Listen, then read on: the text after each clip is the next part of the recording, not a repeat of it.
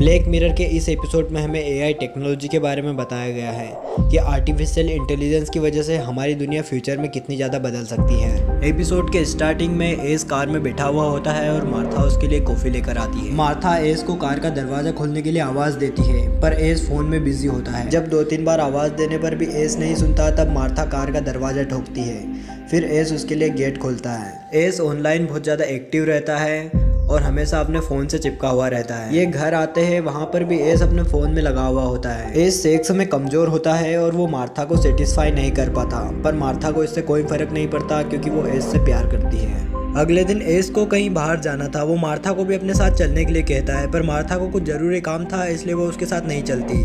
फिर एस अकेला ही चला जाता है। अब रात होने पर भी एस घर नहीं आता। मार्था को उसकी चिंता होती है, वो उसे कॉल लगाती है पर उसका कॉल नहीं लगता। फिर उसके घर पर पुलिस आती है और वो बताती है कि एस का एक्सीडेंट हो गया है जिसमें उसकी मौत हो गई है। अब मार्था बहुत ज़्यादा दुखी थी। एस के फ्यूनरल में मार्था की फ्रेंड उसे एक टेक्नोलॉजी के बारे में बताती है जिससे वो एस से बात कर सकती है। मार्था पहले से ही बहुत ज़्यादा दुखी थी और उसकी बात सुनकर वो और ज़्यादा परेशान हो जाती है और उस पर चिल्लाने लगती है और ज़ोर ज़ोर से रोने लगती है। अब कुछ टाइम बाद मार्था की फ्रेंड उसे एक मेल सेंड करती है जिसमें एक लिंक थी और उस पर क्लिक करने के बाद वो एस से बातें कर सकती थी। मार्था उसके फ्रेंड को कॉल करती है और उस पर बहुत ज़्यादा गुस्सा करती है, पर उसकी फ्रेंड कहती है कि एक बार उस लिंक पर क्लिक करो, तुम्हें बिल्कुल ऐसा लगेगा कि सामने से एस बात कर रहा है। मार्था उसकी बात का विश्वास नहीं करती क्योंकि उसे पता था कि एस जा चुका है। अब मार्था को पता चलता है कि वो प्रेग्नेंट है। इससे वो और भी ज़्यादा परेशान हो जाती है और वो अपनी बहन को कॉल करती है, पर उसकी बहन किसी काम में बिजी होने की वजह से उसका कॉल अटेंड नहीं कर पाती। मार्था के पास अब कोई बात करने के लिए नहीं था, इसलिए वो अपने फ्रेंड की दी गई लिंक पर क्लिक करती है। उस लिंक पर क्लिक करते ही उसे एस का मैसेज आता है। मार्था इधर से रिप्लाई करती है और उससे थोड़ी देर बातें करती है। वो बिल्कुल एस की तरह ही बातें कर रहा था। मार्था को पता था कि ये एस नहीं है बल्कि ये कोई भी नहीं है, पर फिर भी वो उससे बातें कर रही थी क्योंकि उसे लग रहा था जैसे वो एस से ही बात कर रही है। एस बहुत ज़्यादा सोशल मीडिया पर एक्टिव रहता था, इसलिए उसके डाटा को कलेक्ट करके कोई सॉफ्टवेयर उससे बातें कर रहा था। अब एस की तरफ से मैसेज आता है कि वो उससे कॉल पर भी बात कर सकता है, बस उसे एस की कुछ क्लिप्स भेजनी होगी जिसमें उसकी वॉइस साफ साफ सुनाई दे। मार्था ऐसा ही करती है। वो सॉफ्टवेयर एस की आवाज़ को अच्छी तरह से एनालाइज करता है। अब कुछ देर बाद मार्था के फ़ोन पर एस का कॉल आता है। मार्था वो कॉल अटेंड करती है और दूसरी तरफ से बिल्कुल एस की ही आवाज़ में कोई बातें कर रहा था। वो सॉफ्टवेयर एस की आवाज़ में और बिल्कुल उसी की तरह ही बातें कर रहा था। मार्था एस से बात करके बहुत ज़्यादा खुश थी।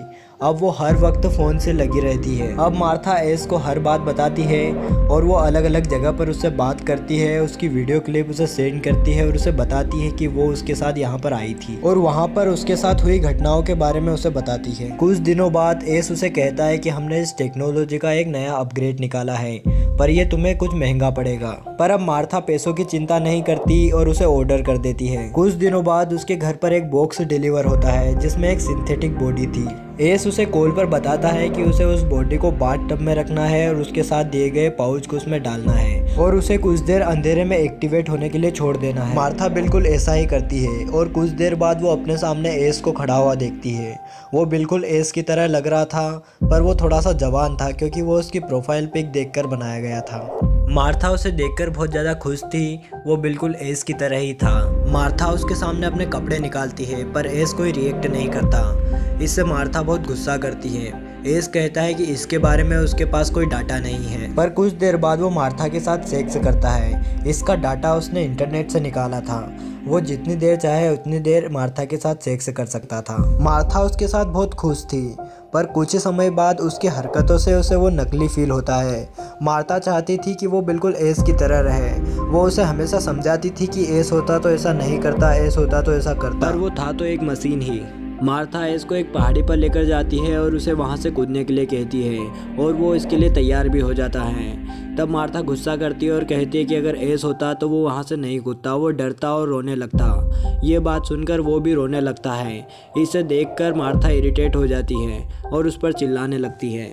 अब कुछ साल बाद का सीन दिखाया जाता है। मार्था की बेटी अब काफ़ी बड़ी हो चुकी है और वो उसके जन्मदिन पर एस से मिलना चाहती है।